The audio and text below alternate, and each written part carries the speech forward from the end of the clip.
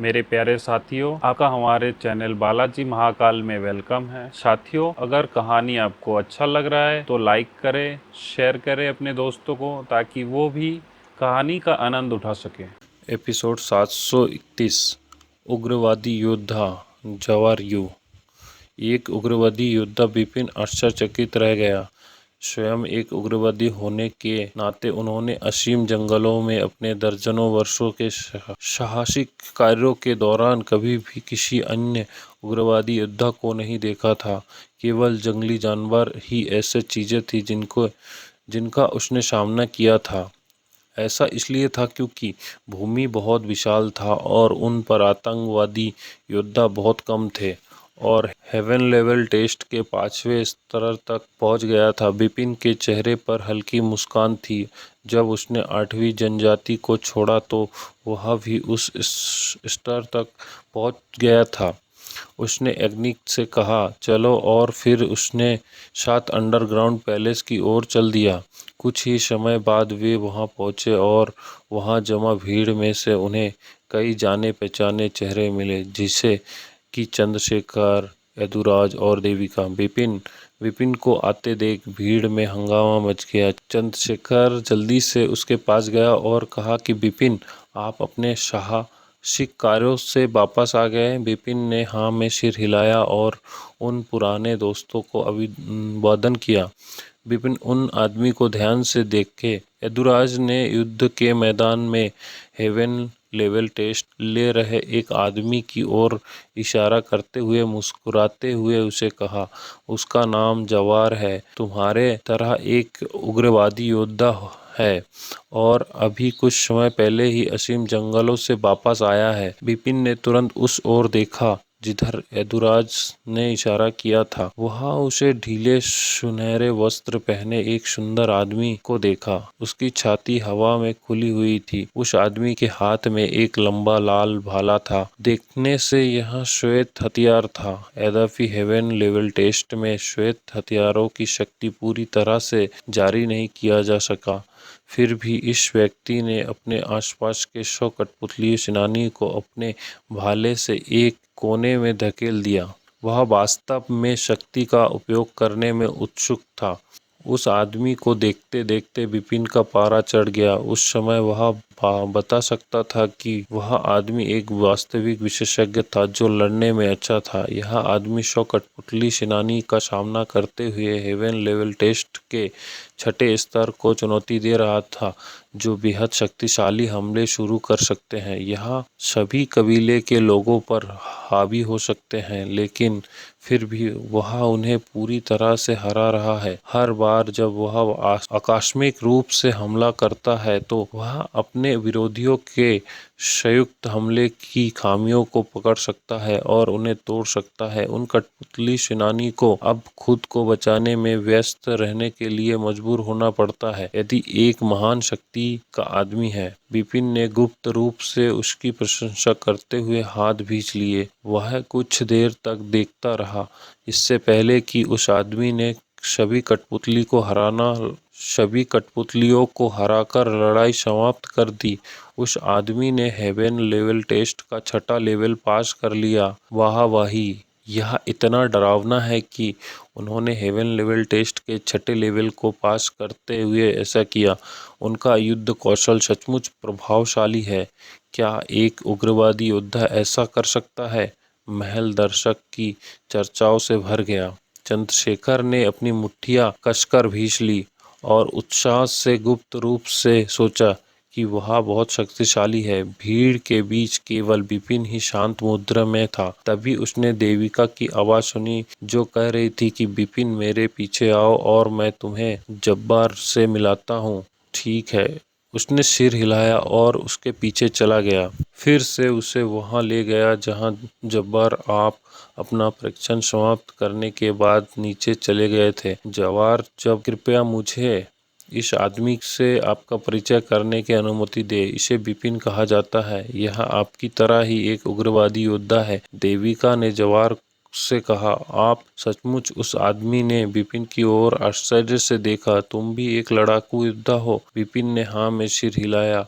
अब देख सकता हूँ उस आदमी ने आगे बढ़ने से पहले विपिन के ऊपर से नीचे तक देखा। मैं आपसे एक वास्तविक विशेषज्ञ की आभा को महसूस कर सकता हूँ, जो आप केवल पीड़ा के माध्यम से प्राप्त कर सकते हैं। लेकिन यह अफसोस की बात है कि आपने अभी अपनी वंशावली को जागृत नहीं किया है और अभी तक 1 स्टार प्राचीन देवता नहीं बने हैं। उन आदमी ने आह भरी और उसकी आंखें में निराशा थी। यह देखकर विपिन ने आत्मविश्वास से कहा, यह सच है, मैंने अपना खून नहीं जगाया है, लेकिन इसका मतलब यह नहीं है कि आप मुझ पर हावी हो सकते हैं। क्या ऐसा है? जवार ने उस पर चकित दृष्टि डाली।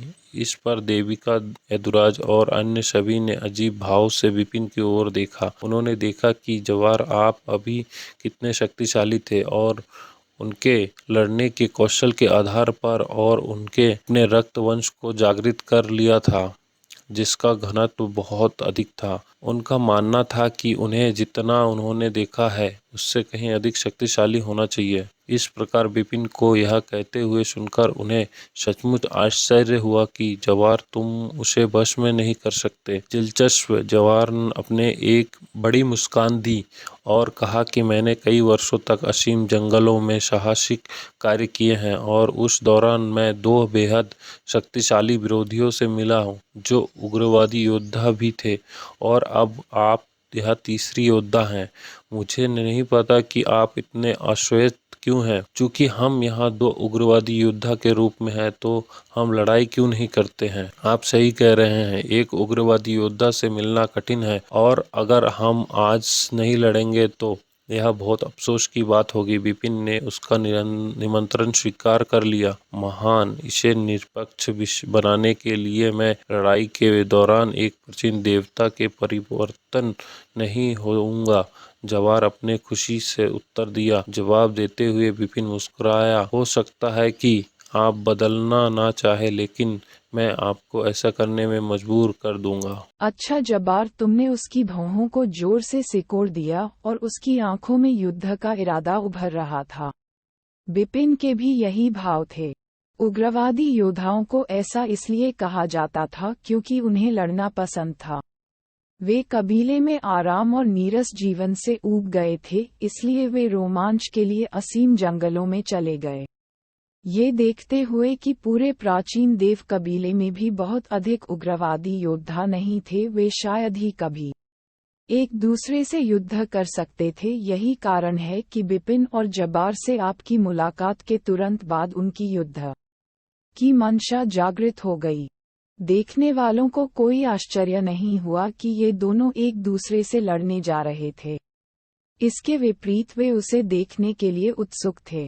2 उग्रवादी योद्धाओं के बीच लड़ाई। आपको क्या लगता है, इन दोनों में से कौन ज्यादा ताकतवर है? मुझे लगता है कि जाबार यू है। आखिरकार उसने अपनी वंशावली को जागृत कर लिया है और हम सभी ने परीक्षण से उसकी शक्ति के बारे में जान लिया है। उसने हेवन लेवल टेस्ट का 6ठा स्तर पास कर लिया है, जबकि विपिन ने जाने से पहले केवल 5वां स्तर ही पास किया था। मैं आपसे इस शर्त पर सहमत हूं कि जबार लड़ाई के दौरान एक प्राचीन देवता में बदल जाता है, लेकिन आपने उसे ये कहते हुए सुना है कि वह ऐसा नहीं करेगा। उस स्थिति में मुझे लगता है कि विपिन के पास जीतने का मौका है। उसने 70 साल पहले 5वां स्तर पार कर लिया था, इसलिए वह कमजोर नहीं है और वह अब 6ठा स्तर पार करने में सक्षम हो सकता है। अध्याय 732, जबार से लड़ना। एक विशाल खुली जगह में विपिन और जबार आप एक दूसरे के सामने सैकड़ों फीट की दूरी पर खड़े थे। उनके चारों ओर 8वीं जनजाति के दर्शक थे। मैं तीसरे उग्रवादी योद्धा जबार से मिला हूँ। आपने उसके होंठ चाटे और उसकी आंखों से रोशनी का एक टुकड़ा निकल गया। मुझे परीक्षण करने दो कि उन 80 वर्षों के दौरान मैंने आपके माध्यम से कितनी प्रगति की है। एक उग्रवादी योद्धा जिसने अपनी रक्तधारा को जगाया है। विपिन की आंखें लड़ने की इच्छा से जल रही थीं। जैसे ही उनकी आंखें हवा में मिलीं, ऐसा लगा कि उनके बीच एक चमक सी आ गई है। अगले ही पल जब्बार आप अचानक कई दर्शकों की नजरों से ओझल हो गए और जब वह दोबारा दिखे तो वह बिपिन के सामने आने के लिए सैकड़ों फीट पार कर चुके थे। उनका लंबा लाल भाला ठीक उसी पर लगा। दुर्जेय शक्ति से युक्त भाला एक बार अपने लक्ष्य को पकड़ ले तो वह उसे भेद सकता था। हालांकि भाले को अपनी ओर आता देख बिपिन उससे बचने के लिए आगे नहीं बढ़ा, बल्कि उसे अपने शरीर से गुजरते हुए देखने के लिए वहीं खड़ा रहा। लेकिन कोई खून नहीं निकला, जैसे कि भाला किसी महत्वहीन चीज से गुजरा हो। यह उसकी बची हुई परछाई है, किसी ने चिल्लाकर कहा। देखने वालों की आंखें आश्चर्य से चौड़ी हो गईं। अगले ही पल जब्बार यूं ने अचानक बगल की ओर देखने के लिए अपना सिर घुमाया। वहां उसने देखा कि हवा से एक भूत जैसी आकृति प्रकट हुई जो उसकी ओर तेजी से आ रही थी। ये झटका सरल लग रहा था, यहाँ तक कि एक बच्चा भी इसे अधिक जटिल बना सकता था। फिर भी जब्बार इसे देखते ही आपकी आंखें सिकुड़ गईं। अच्छा लड़का। उसने चाल को सरल बनाया लेकिन उसकी शक्ति को कमजोर नहीं किया। ये लड़का सचमुच तलवार चलाने में बहुत अच्छा है। जब्बार आप गंभीर हो गए। उनका भाला छूट गया और बिपिन की तलवार से टकरा गया। बजना। जब्बार आपने एक गहरी आवाज सुनी और तलवार से एक जबरदस्त शक्ति महसूस की। वह जानता था कि वह सही था कि झटका उतना आसान नहीं था जितना दिखता था, और इससे पहले कि वह अपना अगला कदम उठा पाता, अनगिनत तलवार की रोशनी उस जगह से निकली जहां हथियार मिले थे और उसकी ओर उड़ गईं। एक चाल से हजारों चालें निकलीं। हाहा दिलचस्प। हालांकि ये देखकर जब्बार आप हंसे। उसने फिर से अपना भाला लहराया और इस एक ही चाल के साथ अनगिनत भाले की परछाइयां हवा में तलवार की रोशनी की ओर दौड़ गईं। Clang clang clang clang. धातु पर धातु की आवाजों की एक श्रृंखला निकली और कुछ ही सांसों में वे सैकड़ों बार गूंज उठीं। उन ध्वनियों से दर्शक ये जान सकते थे कि दोनों ने 100 चालों का आदान प्रदान किया था। वे बहुत तेज हैं। वे भयानक गति से लड़ रहे हैं। वे इतनी तेजी से आगे बढ़ रहे हैं कि मैं मुश्किल से ही देख पा रहा हूं कि वे कैसे हमला कर रहे हैं। ये दृश्य देखकर दर्शक आश्चर्यचकित रह गए। यहाँ तक कि 2 सितारा प्राचीन देवता यदुराज जैसा शक्तिशाली व्यक्ति भी चकित हुए बिना नहीं रह सका। वह बिपिन और जब्बार यूं दोनों के युद्ध कौशल से प्रभावित थे। युद्ध के मैदान में कभी कभी बिपिन और जब्बार दोनों एक दूसरे से आगे निकलने की कोशिश करते थे। कभी कभी वे शुद्ध शक्ति के साथ लड़ते थे और कभी कभी युद्ध कौशल के साथ पूरी तरह से प्रदर्शित करते थे कि उनके पास क्या है। काफी देर तक वे एक करीबी लड़ाई में उलझे रहे। मैंने एक प्राचीन देवता में बदलने के अलावा उससे लड़ने की पूरी कोशिश की है, लेकिन मैं अभी भी बढ़त हासिल नहीं कर सका। जब्बार आप अंदर से हैरान थे। जहां तक बिपिन की बात है तो वह गंभीर लग रहा था। हालांकि उसने अपने सभी युद्ध कौशल का उपयोग कर लिया है। उसे अभी भी अपनी सारी शक्ति लगानी है और एक प्राचीन देवता में बदलना है। ऐसा लगता है कि मुझे उसे ऐसा करने के लिए मजबूर करने के लिए कुछ तरीकों का उपयोग करना होगा। अपना मन बना लेने के बाद बिपिन ने अपनी रणनीति बदल दी। उसके शरीर के तरकश के साथ उसकी तलवार के हृदय से एक भयानक शक्ति निकली। स्वॉर्ड हॉट का लेवल 2 लेवल 1 से अधिक शक्तिशाली निकला। उसने स्वॉर्ड हॉट की शक्ति का केवल 3/10वां हिस्सा ही प्रयोग किया था, लेकिन इससे उसकी आक्रमणकारी शक्ति में काफी सुधार हुआ। बाकी लोग देख सकते थे कि बिपिन के हमले अचानक गति में भारी वृद्धि के साथ पहले से भी अधिक भयंकर हो गए थे। Whoosh whoosh whoosh. बिपिन ने लगातार 3 हमले किए, जिनमें से प्रत्येक सरल लेकिन उत्कृष्ट लग रहा था। ऐसे हमलों के तहत जब्बार आपने जल्दी से वापसी की। आखिरकार अपना संतुलन वापस पाने के बाद उसके चेहरे पर गंभीर भाव थे। अपनी वंशावली को जागृत किए बिना ये लड़का अभी भी 1 स्टार रजत बख्तरबंद प्राचीन देवता की शक्ति का प्रयोग कर सकता है। और वह लड़ने में भी उतना ही अच्छा है जितना मैं हूँ। लेकिन सबसे बढ़कर उसकी तलवारबाजी बहुत उत्कृष्ट है जब्बार। आप प्रशंसा में हौंफने लगे। उन्होंने अपनी हर चाल को सरल बना दिया है, जो देखने में तो सरल लगती है लेकिन शक्तिशाली है। इसे देखते हुए मेरा उनसे कोई मुकाबला नहीं है। उसे हराने के लिए मुझे एक प्राचीन देवता जब्बार में बदलना होगा। आपने बुदबुदाया। अगले ही पल वह धीमे स्वर में गुर्राया और तुरंत उसके रक्त की आभा ने उठकर उसे घेर लिया। उसका शरीर 10 मीटर से अधिक ऊंचाई तक उभरने लगा। उसका पूरा शरीर सुनहरी रोशनी से ढका हुआ था। यह महल के ऊपर लटकते चमचमाते राक्षसों के नीचे चमक रहा था। वह सोने के कवचधारी प्राचीन देवता में परिवर्तित हो गया। बिपिन चौंक गया। सोने के कवच वाले प्राचीन देवता तीनों वंशों में सबसे शक्तिशाली थे। बिपिन ने पहले एक सोने के कवच वाले प्राचीन देवता से मुलाकात की थी जब वह शाश्वत क्षेत्र की बाहरी परत में साहसिक कार्य कर रहा था। उसने देखा था कि कैसे उस देवता ने एक उच्च दिव्य क्षेत्र विशेषज्ञ को इतनी आसानी से मार डाला था, जैसे कि एक चूजे को मारना। हालांकि उस समय भगवान अभी अभी जागे थे, उसकी रक्तरेखा और उसके चरम तक नहीं पहुंची थी। जाबार, आप एक लड़ाकू योद्धा होने के साथ साथ एक सोने के कवच वाले प्राचीन देवता भी हैं। जो बिपिन ने सोचा था कि आप उससे कहीं अधिक शक्तिशाली होंगे जिससे मैं मिला था। इसके तुरंत बाद वह सही साबित हुआ। बूम! सोने के कवच वाले प्राचीन देवता जब्बार में परिवर्तित होने के बाद आपने जमीन पर जोर से पैर मारा, जिससे शून्य हिल गया। फिर वह बिपिन के पास गए और अपना 10 मीटर लंबा भाला उन पर फेंका। अध्याय 733 बपतिस्मात्मक पूल। भाला शून्य को चीरता हुआ प्रतीत हुआ, जिससे हवा में एक बड़ा भंवर पैदा हो गया। भंवर के केंद्र में भयानक लाल रोशनी की एक लकीर थी जो भाला ही निकली। ये बहुत शक्तिशाली है। ये दृश्य देखकर दर्शक आश्चर्यचकित रह गए। उनमें से कई लोग बता सकते हैं कि जब्बार की स्ट्राइक 2 स्टार स्तर की थी। एक 2 सितारा प्राचीन भगवान शाश्वत क्षेत्र में एक मानव योद्धा के बराबर था। कहने का मतलब ये था कि हड़ताल शाश्वत दायरे के स्तर तक पहुंच गई। हमले का सामना करते हुए बिपिन गंभीर दिख रहे थे। उनकी तलवार का हृदय चेतना के समुद्र में तेजी से कांप रहा था और उसकी शक्ति एक पल में अपने चरम पर पहुंच गई। उन्होंने सम्राट की तलवार को उठाया और वार किया। टकरा जाना। अनगिनत तलवार की रोशनियां बाहर की ओर उड़ गईं। आसमान में अंधेरा छा गया।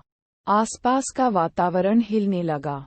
बिपिन ने अभी जो कदम उठाया था उसे नेदरवर्ल्ड कहा जाता था। उन्होंने इसे पिछले 80 वर्षों के दौरान तलवार सिद्धांत पर अपने ध्यान के आधार पर बनाया था।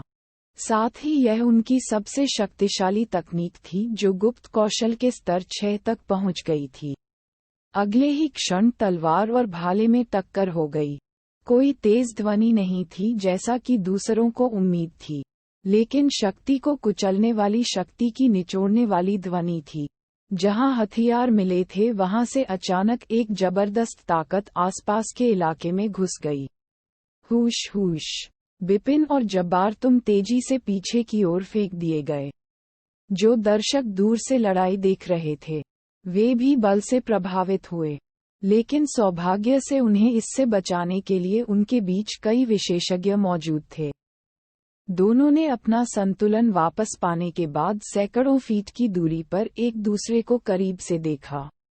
बिपिन, क्या रहेगा अगर हम इस लड़ाई को बराबरी पर खत्म करें? जब्बार, आपने अचानक उससे पूछा। मैं बिल्कुल यही सोच रहा था। बिपिन ने सिर हिलाया।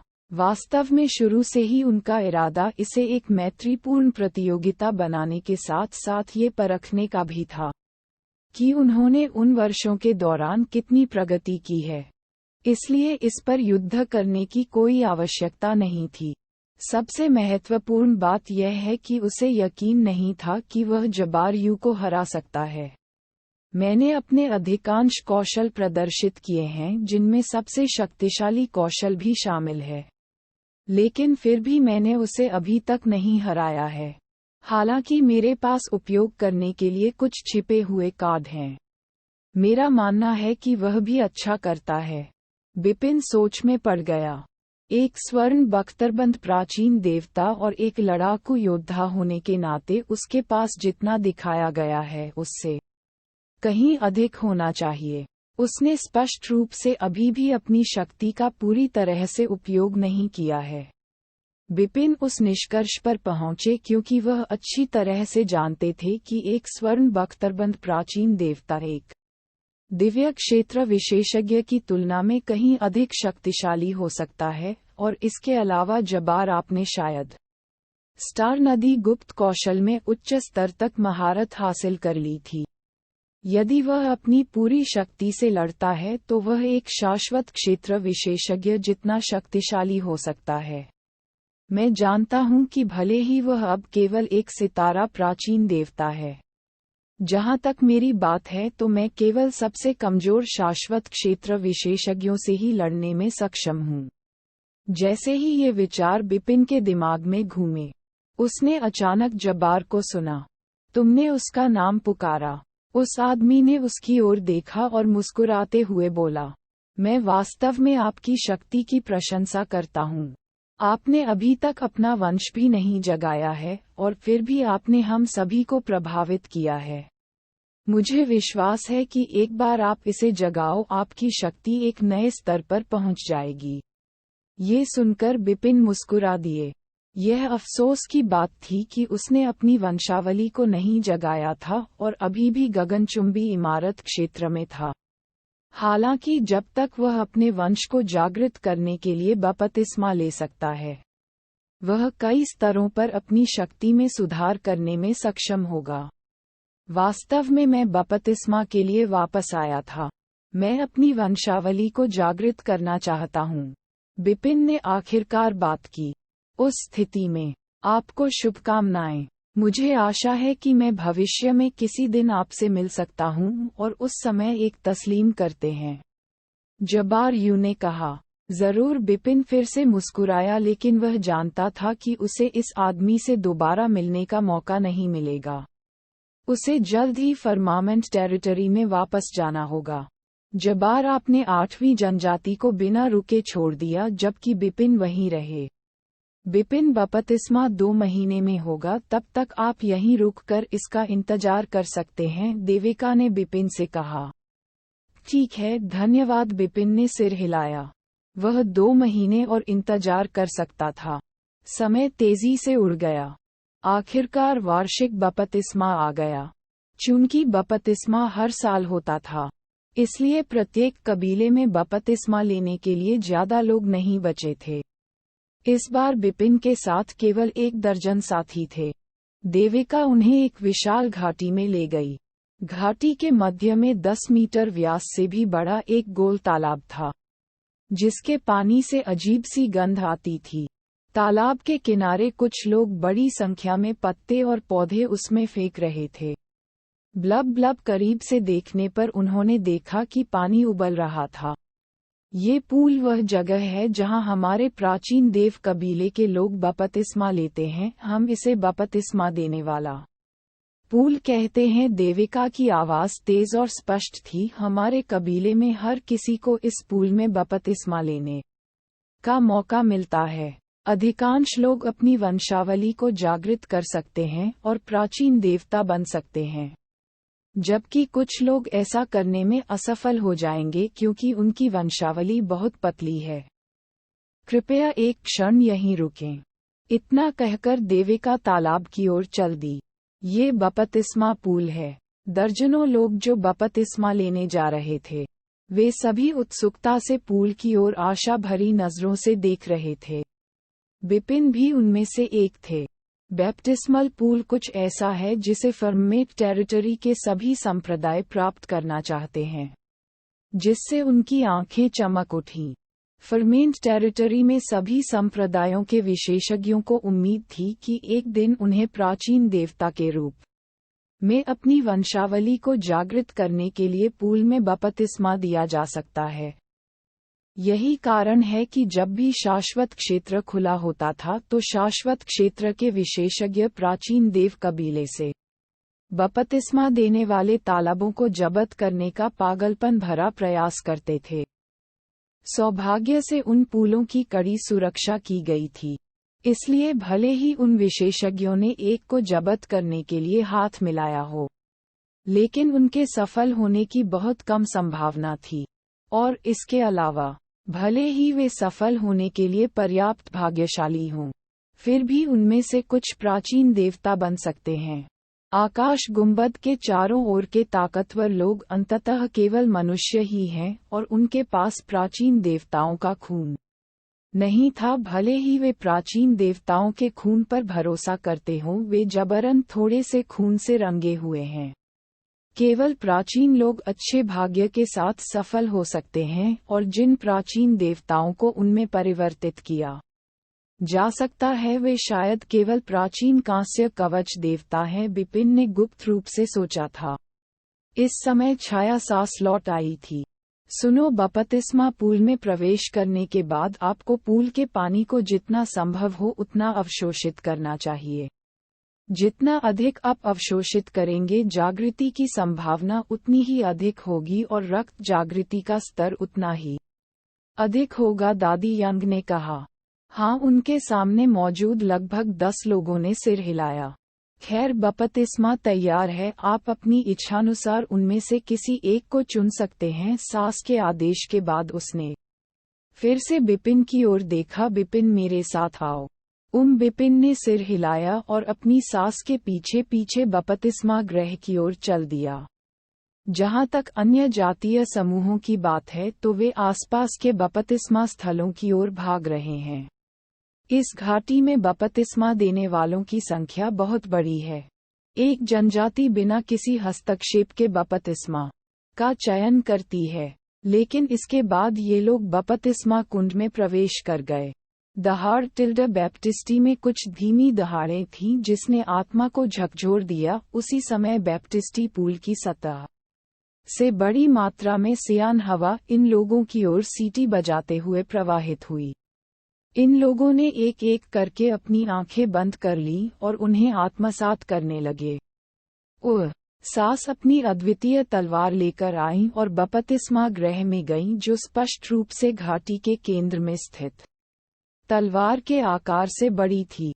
यह आपके लिए तैयार की गई एक बैप्टिस्टी है। यह अन्य बैप्टिस्टी से अलग है। ये बैप्टिस्टी न केवल बड़ी है बल्कि इसमें अधिक पानी भी है। सबसे महत्वपूर्ण बात यह है कि बैप्टिस्टी के नीचे एक प्राचीन क्रिस्टल है, यंग ग्रैनी ने कहा।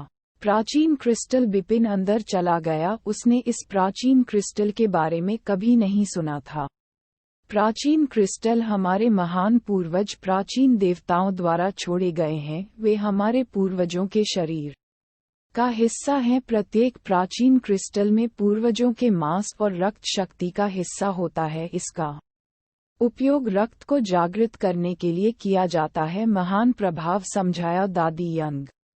अब तक प्राचीन देवताओं का पूरा परिवार और प्राचीन क्रिस्टल जो हमारे पास अभी भी कम है, और सप्ताह के दिनों में केवल वे लोग जिनके पास महान क्षमता या उच्च रक्त एकाग्रता है, वे एक प्राचीन क्रिस्टल का उपयोग करने के लिए पात्र हैं। एकाग्रता भी बहुत अधिक है और आप युद्ध के बहुत प्यासे भी हैं, इसलिए मैंने आपके लिए आवेदन किया है। धन्यवाद दादी, बिपिनलियन ने कृतज्ञतापूर्वक कहा। इतने भयानक मत बनो। यदि तुम सच में मुझे धन्यवाद देना चाहते हो तो स्वर्ण कवच के प्राचीन रक्त को जगाओगे, छाया सास ने कहा। क्या प्राचीन कवच सोने का कवच है? जियान वू की आंखें थोड़ी सिकुड़ गईं और उसके हाथ हिंसक रूप से पकड़ लिए गए। ठीक है, याद रखें, जब आप बपतिस्मा पूल में हों तो जितना संभव हो सके प्राचीन क्रिस्टल द्वारा परिवर्तित पूल के पानी को अवशोषित करने का प्रयास करें, यंग सास ने कहा। हाँ, बिपिन ने सामने की ओर बड़े बपतिस्मा गृह को देखकर अपना सिर हिलाया। बपतिस्मात्मक पूल बिपिन ने अपनी आंखों के सामने चमकदार नीली रोशनी फैलाती हुई नीली हवा को देखा और एक गहरी सांस ली और तुरंत उसका शरीर उड़ गया। यह एक सपने की तरह है जो सीधे बैप्टिस्टी में गिर रहा है। बपतिस्मा देने वाले कुंड में अजगर की तरह अनगिनत सियान वायु धाराएं चलती हैं। बहुत खास। जैसे ही उन्होंने बैप्टिस्टी में प्रवेश किया, बिपिन को अपने चारों ओर बहुत सारी सियान ऊर्जा महसूस हुई। यह ऐसा है मानो भ्रूण अभी भी मां के पेट में है और अजीब तरह से ऊर्जा धीरे धीरे शरीर के सभी हिस्सों से शरीर में प्रवेश करती है। पूरा शरीर कुरकुरा लेकिन आरामदायक था। ये प्राचीन देवता का बपतिस्मा है। ये वास्तव में अच्छा लगता है। बिपिन ने महसूस किया कि अजीब ऊर्जा शरीर में प्रवेश कर रही है। त्वचा की सतह से ऊर्जा लगातार घुसपैठ करती रहती है, चाहे वह मांसपेशी मेरिडियन हो या तंत्रिका रक्त हड्डियों में प्रवेश करती है। गेजशू उसके शरीर के विभिन्न हिस्सों से लेकर उसकी कोशिकाओं के छिद्रों तक हर जगह अंदर से बाहर तक कुछ भी नहीं बदल रहा है। वू जियानशु ने अपनी आंखें बंद कर लीं और इस विशाल परिवर्तन में पूरी तरह से डूब गया। उत्तर टिल्ड तालाब में पानी लगातार उबल रहा है। अन्य बपतिस्मा स्थलों में वे जातीय समूह भी बदल रहे हैं। बपतिस्मा के किनारे पर सास के नेतृत्व में 8वीं जनजाति के कई जातीय समूह बपतिस्मा में बपतिस्मा लेने वाले अधिकांश लोगों को देखते हुए उनके चारों ओर इकट्ठा होते हैं। वे सभी कानाफूसी कर रहे थे। जिन नन्हे मुन्नों ने इस बार बपतिस्मा लिया है, उनके रक्त में अच्छी सांद्रता है। कुल मिलाकर 13 लोगों को रक्तस्रावी नसों को जगाने में सक्षम होना चाहिए। रक्त शिराओं का जागृत होना निश्चित है, परंतु मुझे नहीं पता कि किस स्तर की रक्त शिराओं को जागृत किया जा सकता है। यदि वे सभी प्राचीन कांस्य कवच हैं तो यह अफसोस की बात है। सभी प्राचीन कांस्य कवच देवता बनना असंभव है। इस बार 13 छोटे लोग हैं, उनमें से 2 के पास अच्छी रक्त सांद्रता है। प्राचीन कवच देवता बनने का एक बड़ा मौका होना चाहिए। इसके अलावा उनमें अद्वितीय तलवार है। वह तलवार वुशुंग निश्चित रूप से बन सकती है। चांदी के कवच का प्राचीन और यहाँ तक कि सोने के कवच का प्राचीन बनने की आशा भी। वैसे तलवार वुशुंग की रक्त शिराओं की सघनता बहुत अधिक है। सोने के कवच का एक प्राचीन बनने की आशा है, जिसके लिए ग्रैनी शैडो ने विशेष रूप से एक प्राचीन क्रिस्टल का भी उपयोग किया है।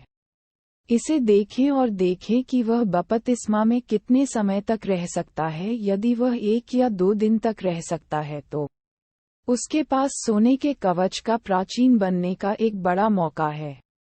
ये लोग देखने का इंतजार कर रहे हैं। और अभी आधा दिन ही बीता था। गर्जन। बपतिस्मा देने वाले तालाबों में से एक दहाड़ फैल गई और वह दहाड़ घाटी से होते हुए विशाल शून्य में गूंज उठी। बपतिस्मा के किनारे पर प्रतीक्षा कर रहे कई प्राचीन देवताओं और जातीय समूहों ने तुरंत दहाड़ के स्रोत को देखा और बपतिस्मा में एक युवक को देखा जिसने चुपचाप नीली ऊर्जा को अवशोषित कर लिया था। उसका रंग अब लाल हो गया था। उसके माथे पर नीली नसें फट गईं और उसके मुंह से गड़गड़ाहट की गर्जना फूट पड़ी। यह एक प्राचीन देवता होगा। किनारे पर खड़े कई लोगों ने ये दृश्य बिना किसी आश्चर्य के देखा। बस एक पल में ही बपतिस्मा लेने वाले युवक की भावनाएं आसमान छूने लगीं। उसकी लंबाई मूल रूप से 2 मीटर से भी कम थी, लेकिन इस समय ये 3 मीटर से अधिक हो गई। उसका पूरा शरीर कांस्य की रोशनी से परेशान हो गया और उसकी मांसपेशियां एक पल में मोटी हो गईं। समय के साथ वह एक सामान्य कांस्य कवच देवता बन गया। कांस्य कवच प्राचीन देवता किनारे पर मौजूद लोगों ने ये देखा और चुपचाप सिर हिलाया। युवक के प्राचीन कांस्य कवच में बदल जाने के बाद उसने धीरे धीरे अपनी शांति प्राप्त की और थोड़ी देर के बाद उसे पता चला कि अपने शरीर को कैसे नियंत्रित करना है और वह वापस सामान्य 2 मीटर लंबे कबीले में बदल गया। जबकि अन्य लोगों ने भी बपतिस्मा लिया और पूल से बाहर निकल गए। हालांकि उसे सफलतापूर्वक एक कांस्य बख्तरबंद राक्षस में बदल दिया गया था, लेकिन वह युवक बिल्कुल भी खुश नहीं था बल्कि खो गया था। आखिरकार वह इस बार बपतिस्मा लेने वाले 13 लोगों में से पहला था और यह पता चला कि प्राचीन बपतिस्मा देने वाले कुंड से बाहर आया था। वह सबसे पहले बाहर आया, जिसका मतलब है कि उसने सबसे कम सियान ऊर्जा को अवशोषित किया और जागृत प्राचीन रक्त सभी लोगों में सबसे कम है। अध्याय 735 कायापलट। पहले आदमी के जागने के बाद अन्य लोग एक के बाद एक तालाब से बाहर निकलने लगे। पलक झपकते ही पूरा दिन और रात बीत गई। जो 13 लोग बपतिस्मा लेने आए थे उनमें से 12 ने बपतिस्मा ले लिया था और तालाब से बाहर निकल गए थे, और उनमें से 2 चांदी के कवच वाले दानव देवता भी बन गए थे। पानी में केवल एक ही बचा था, बिपिन। एक दिन और एक रात हो गई। देविका बड़बड़ाती रही और उसकी आंखों से रोशनी की एक किरण निकल गई। अब तक बिपिन के पानी में रहने के अलावा उनमें से सबसे लंबे समय तक पानी में रहने का समय 8 घंटे था, और वह आदमी एक चांदी बख्तरबंद दानव भगवान बन गया। इसलिए मुझे लगता है कि बिपिन एक सोने बख्तरबंद दानव भगवान के रूप में अपनी वंशावली को जागृत करेगा। स्टार प्राचीन भगवान प्रशंसा में हौंफने लगे। जैसे जैसे समय बीतता गया, बिपिन अभी भी पानी में डूबा हुआ था और उससे ऊर्जा अवशोषित कर रहा था। जितना अधिक वह अवशोषित करेगा, उसकी रक्तरेखा उतनी ही उच्च स्तर की होगी। कबीले के लोग घाटी के किनारे पर उसके बाहर आने का इंतजार कर रहे थे। जब बिपिन को तालाब में उतरे हुए पूरा दिन और रात हो गए तो उन लोगों को बहुत आश्चर्य हुआ, और जब 2 दिन हो गए तो वे बहुत रोमांचित हुए। 2 दिन और रात और प्राचीन देव रत्न की ऊर्जा का 2/10वां हिस्सा खर्च हो चुका है, और वह अभी भी पूल में है। पिछले सभी मामलों में जो लोग 2 दिन और रात तक पूल में रहे थे, वे सोने के कवच वाले प्राचीन देवता बन गए थे। ऐसा लगता है कि वह हमें निराश नहीं करेंगे। सोने के कवचधारी प्राचीन देवता। वे दर्शक प्रत्याशा से भरे हुए थे। ऐसा इसलिए था क्योंकि जैसे जैसे समय बीतता गया, उनके कबीले में सोने के कवचधारी प्राचीन देवता कम होते गए। वर्तमान में 10 कुलों को मिलाकर कुल 100 से भी कम स्वर्ण आधारी प्राचीन देवता थे। उस बड़े बपतिस्मात्मक तालाब में बिपिन अपने पैरों को क्रॉस करके बैठा था और हरित ऊर्जा उसके शरीर में लगातार प्रवाहित हो रही थी। साथ ही उन्हें बदलाव का अनुभव भी हो रहा था। कुछ समय बाद जैसे ही उसमें ऊर्जा का प्रवाह बंद हो गया, वह अपनी सीमा पर पहुंच गया। उसका खून और हड्डियां पूरी तरह से जीवित लग रही थीं। उसकी रोम रोम में उत्साह और उल्लास भर गया। उसने अचानक दर्द की चीख निकाली जो मानो उसके अंदर से आ रही थी। उसका चेहरा मुड़ गया और उसकी नसें धड़क उठीं। उसने कठिनाई से अपना मुंह खोला और कुछ कहना चाहा, परंतु कानफोड़ू दहाड़ के सिवा उसकी ओर से कुछ भी सुनाई न दिया। उसकी आवाज पूरे स्थान पर जोर से गूंज उठी और वहां के सभी प्राणी चिंतित हो गए। घाटी के किनारे पर जो कबीले के लोग उसकी प्रतीक्षा कर रहे थे, दहाड़े सुनकर उनके चेहरे पर उत्साह के भाव थे। 7 दिन और 6 रातें। अंततः वह अपनी सीमा तक पहुंचने वाला है। उसने प्राचीन देव रत्न की 3/4 ऊर्जा का उपभोग कर लिया है। उन लोगों ने आश्चर्य और प्रशंसा भरी आंखों से बिपिन की ओर देखा। जो व्यक्ति पानी से जितनी अधिक ऊर्जा अवशोषित करेगा, उसकी रक्तरेखा का स्तर उतना ही अधिक होगा।